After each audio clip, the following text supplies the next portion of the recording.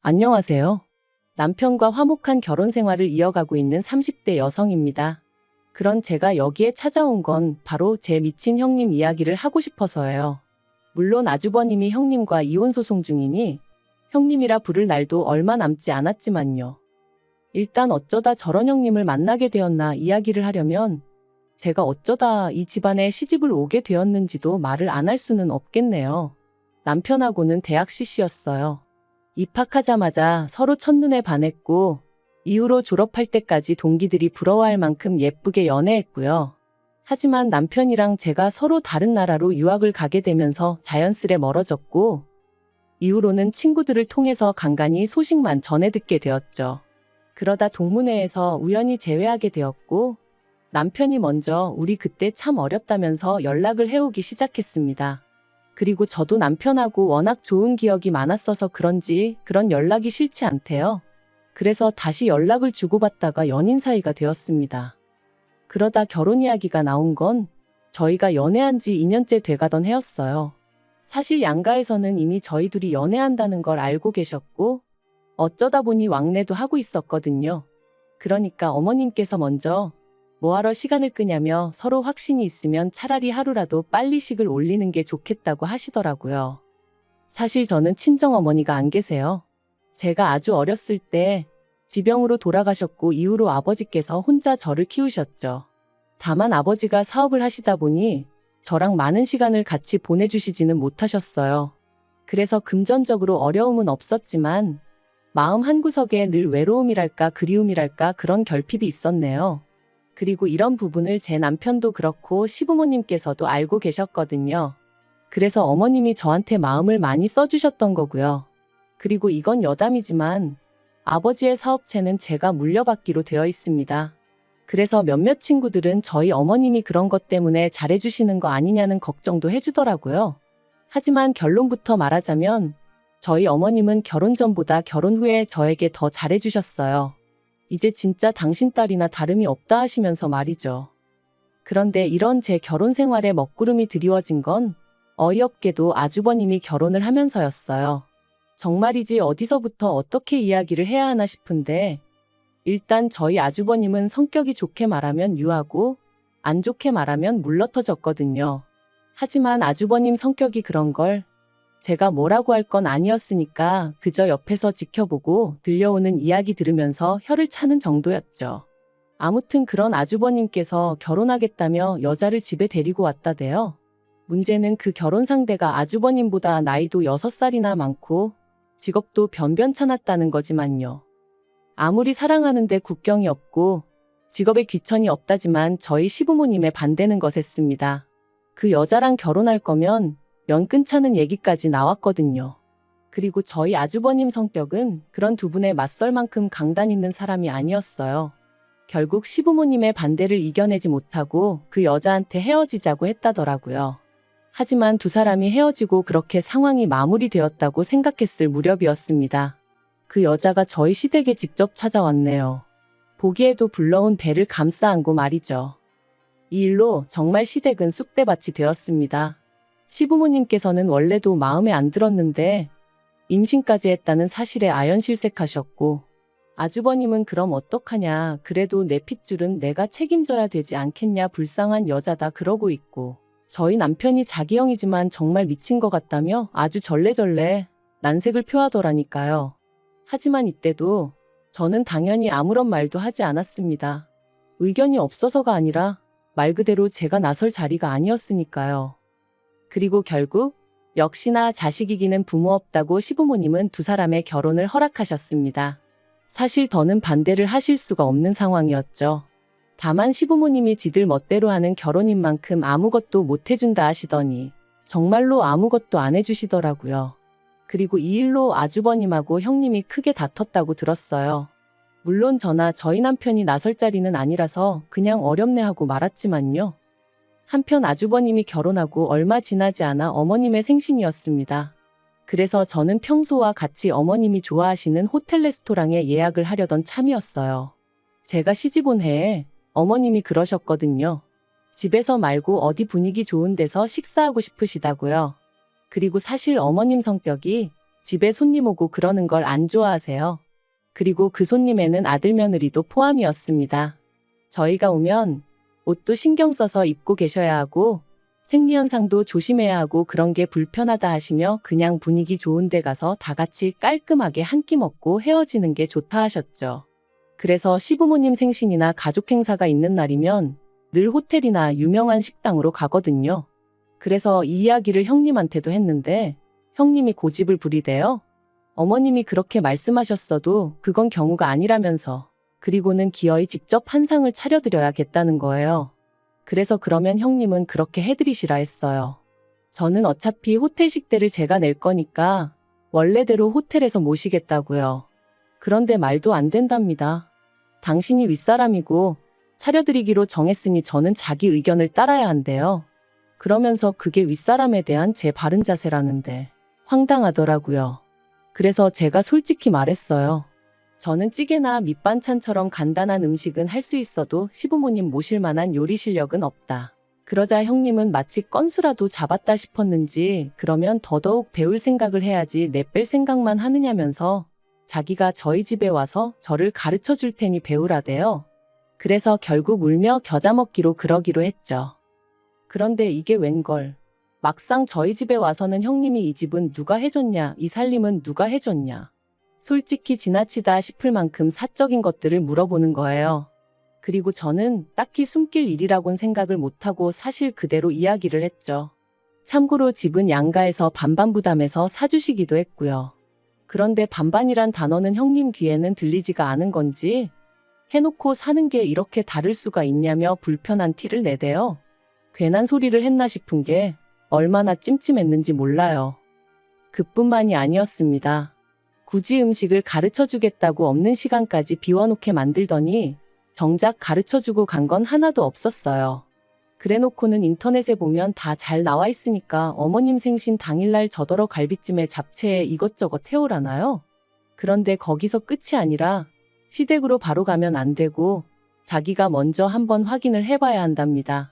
어머님 상에 올릴 만한 건지 아닌지 검사를 해야겠다나요? 그래서 결국 제가 고민 끝에 어머님께 전화를 드렸어요. 그리고는 형님이 어머님 댁에서 생신을 축하드리자고 하는데 어머님은 알고 계신지 물었죠.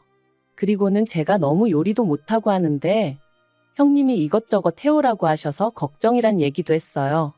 그랬더니 어머님께서 대번에 왜 당신 의견도 묻지 않고 그런 계획을 세우느냐며 싫다고 하시대요. 그리고는 전처럼 호텔에서 먹자셔서 결국 그러기로 했어요. 그리고 어머님 생신 당일 결국 전과 마찬가지로 호텔 레스토랑에서 모였습니다. 모두가 화기애애한 분위기 속에 형님만 안색이 좋지 않았죠. 그리고 그런 모습을 보고 있자니 솔직히 좀 찜찜하긴 했어요. 하지만 제가 형님 기분을 맞춰줘야 하는 건 아니잖아요. 아무튼 식사를 마치고 디저트를 기다리면서 어머님한테 생신 축하드린다는 인사와 함께 준비했던 선물을 드렸습니다. 어머님이 예전에 제 핸드백 보고 너무 예쁘다고 하셨던 게 기억이 나서 같은 브랜드에서 좀 더 어른들이 편하게 드실 수 있는 걸로 샀거든요. 명품이니까 조금 비쌌고요. 하지만 제 기준에 무리 없는 선이었고 제가 해드리고 싶어서 산 거였으니 크게 문제될 건 없었어요. 무엇보다 어머님이 제 선물을 꺼내보시고는 너무 좋아하셔서 그것만으로도 소위 돈 쓴 보람이 있다 싶었죠. 그런데 그때 형님이 저더러 잠깐 나와보라는 거예요. 이 분위기, 이 타이밍에 싶었지만 당장 제가 안 간다고 하면 분위기가 더 안 좋아질 것 같아서 양해를 구하고 형님을 따라 나갔습니다. 형님이 저를 화장실로 데리고 가서는 지금 뭐 하자는 거냐고 따지더군요. 그래서 제가 뭐가 문제냐니까 자기가 그때 분명히 선물은 20만 원 안에서 살 거라고 했던 거 기억 안 나냐는 거예요. 그래서 기억하고 있다고. 하지만 그건 형님이 그러신다는 거였지 저랑은 상관없는 이야기 아니냐 했습니다. 그랬더니 형님이 지금 자기 엿먹이는 거냐면서 자기가 20만 원짜리를 한다고 했으면 저도 그 정도 선으로 맞추는 게 기본 상식 아니냐고. 그런데 보란듯이 비싼 핸드백을 사서 내놓는 거 그거 지금 자기 가지고 노는 거 아니냐대요? 이게 그 말로만 듣던 자격지심인가 싶은 게 황당하기 짝이 없더라고요. 그래서 무슨 오해가 있으신가 본데 저는 형님을 곤란하게 만들 생각은 쥐꼬리만큼도 없었다 했습니다. 하지만 형님은 계속해서 저더러 그 핸드백을 사온 저희가 뭐냐 따지더니 급기야는 동서 혼자 어머님한테 예쁨 받으면 좋냐고 시비를 거는 거예요. 정말이지 말이 통하지 않는다는 게 이런 거구나 싶었죠. 그래서 제가 형님은 형님이 하고 싶은 만큼 하면 되는 거고 나는 내가 하고 싶은 만큼 하는 거라고 그뿐이다 했습니다. 한편 자리로 돌아와 마저 디저트 먹고 그렇게 어머님 생신 축하 자리는 좋게 마무리가 되었어요. 그리고 집으로 돌아오는 길에 남편이 아까 형수랑 무슨 이야기를 그렇게 했냐고 묻더라고요. 그래서 어머님 생신 선물 좋은 거 해드렸다고 욕만 잔뜩 먹었다니까 남편이 어이없단 표정으로 저를 쳐다보더니 너무 신경 쓰지 말라대요. 그래서 신경 안 쓸 거야 했습니다. 솔직히 제가 자기한테 돈을 빌려서 산 것도 아니고 제 돈 주고 제가 좋아서 해드린 건데 왜 욕을 먹었나 싶은 게 생각할수록 열받고 짜증났었거든요. 그런데 그날 저녁 다시 형님한테 전화가 걸려왔습니다. 그리고는 한다는 소리가 앞으로는 뭘 하던지 간에 자기하고 상의하고 허락을 구하라는 거예요. 그래서 제가 왜 그래야 하냐고 했습니다. 그랬더니 자기가 윗사람이니까 당연히 그렇게 해야 한다나요? 그래서 윗사람을 따질 거면 어머님이 제일 어른이시니 앞으로는 상의를 해도 어머님하고 하고 허락을 구해도 어머님한테 구하겠다 했어요. 그랬더니 저더러 어머님이 좀 이뻐라 한다고 눈에 뵈는 게 없냐는데 이건 무슨 동네 양아치도 아니고 말본새하고는 정말 수준이 하더라고요. 그래서 말 좀 가려서 하시라고 아무리 형님이라고 해도 지켜야 할 선이 있는 거라고 했죠. 그리고는 저도 분이 안 풀려서 하고 싶은 말이 있으면 생각 좀 정리해서 다음에 만났을 때 대놓고 하라고 그러고는 전화 끊어버렸네요. 그런데 그 일이 있고 정확히 3일 뒤였어요. 남편이 어쩐 일로 술에 잔뜩 취해서는 집에 들어온 거예요. 그래서 제가 무슨 일이라도 있었냐니까 너무 속이 상하고 괴로워서 그런다더니 자기가 어머님한테 들은 말이 있는데 물어도 되겠냐대요? 그래서 뭔데 그러냐고 말해보라니까 형님이 어머님을 찾아가 제가 어머님 때문에 돈 나가는 게 한두 푼이 아니라 너무 힘들고 부담스럽다고 맏며느리도 아닌데 이렇게까지 해드려야 되는 건지 모르겠다 뭐 그렇게 하소연을 했다더랍니다. 그리고 형님이 어머님 떨어 동서가 좀 힘들어하는 것 같다며 한마디로 저 생각해주는 척 생쇼를 하면서 어머님과 제 사이를 이간질을 한 거죠. 그리고 어머님은 어머님대로 서운하고 속상하신 마음에 그걸 저희 남편한테 말씀하셨던 거고요. 진짜 이 일은 지금 생각해도 어이가 없고 분통이 터집니다. 그래서 제가 남편더러 날이 밝는 대로 어머님한테 가자 했어요. 그리고는 아주버님에게도 전화드려 형님하고 같이 시댁으로 오라고 했네요. 그렇게 이튿날 아침 10시부터 시댁에 온 식구가 모여 앉았는데 형님은 전에 없이 의기양양한 표정이었어요. 특히나 어머님이 저에게 전에 없이 냉랭하게 행동하시니 기분이 아주 좋아 보이더군요. 그래서 다들 보는 앞에서 제가 어머님한테 대놓고 물었습니다.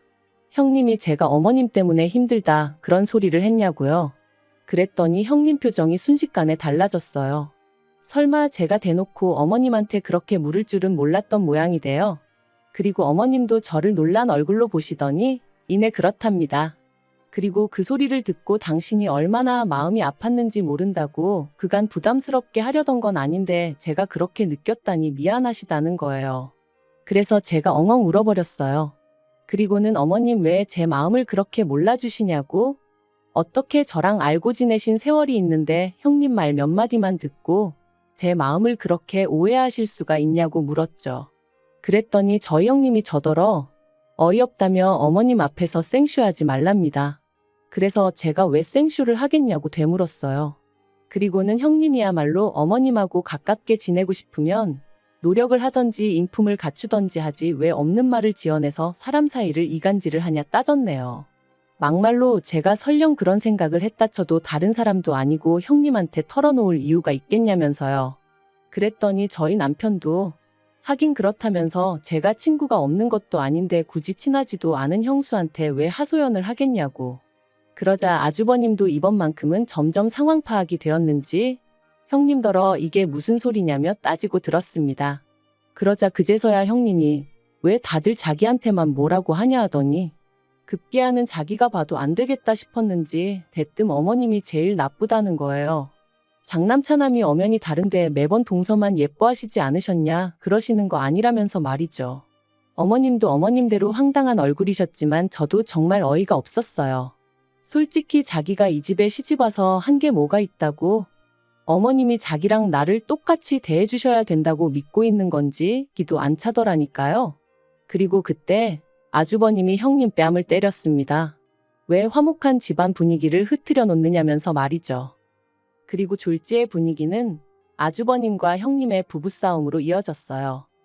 형님은 네가 뭔데 나를 때리냐면서 신고를 한 해 만에 난리가 났고 조금도 미안해하는 기색 없는 형님한테 아주버님은 네가 그렇게 떳떳하냐 하더니 급기야는 이혼 이야기를 꺼냈습니다. 동시에 내가 지훈이 내 새끼 아닌 거 정말 모를 줄 알았냐면서 말이죠. 이때는 저도 저지만 시부모님 두 분 다 기함을 하셨어요. 그리고는 어쩐지 닮은 구석이 하나도 없더라는 저희 남편 말과 함께 그때부터 정말 쑥대밭이 되어버렸네요. 알고 보니 아주버님은 자기 애가 아닌 줄 알면서도 자기가 책임지기로 마음먹은 이상 어떻게든 가슴속에 품고 살려고 했었답니다. 그런데 형님이 잘 지내는 다른 식구들한테 해코지를 하는 걸 보니 이대로는 안 되겠다 싶으셨다네요. 저도 정말 이런 일을 제가 바로 곁에서 보게 될 줄은 몰랐는데 저희 아주버님만 불쌍하게 된 거죠 뭐. 아무튼 그래서 지금 아주버님네는 이혼 소송 중이고 뭐 그렇습니다. 어떻게 마무리를 해야 할지 모르겠는데 살다 보니 정말 별일이 다 있네요. 참, 그리고 어머님은 저에게 몇 번이나 사과를 하셨어요. 최소한 저한테 사실 확인이라도 먼저 하셨어야 하는데 그때는 왠지 괘씸하기도 하고 민망하기도 하고 그래서 소가리만 하셨다면서. 그리고 어쨌든 사람 관계라는 게 이럴 수도 저럴 수도 있다 생각하고 저도 더는 어머님 원망은 하지 않기로 했어요. 진짜 모녀들도 싸우고 화해하고 그러잖아요. 저도 어머님하고 좀 더 가까워지기 위한 과정이었다고 생각하려고요.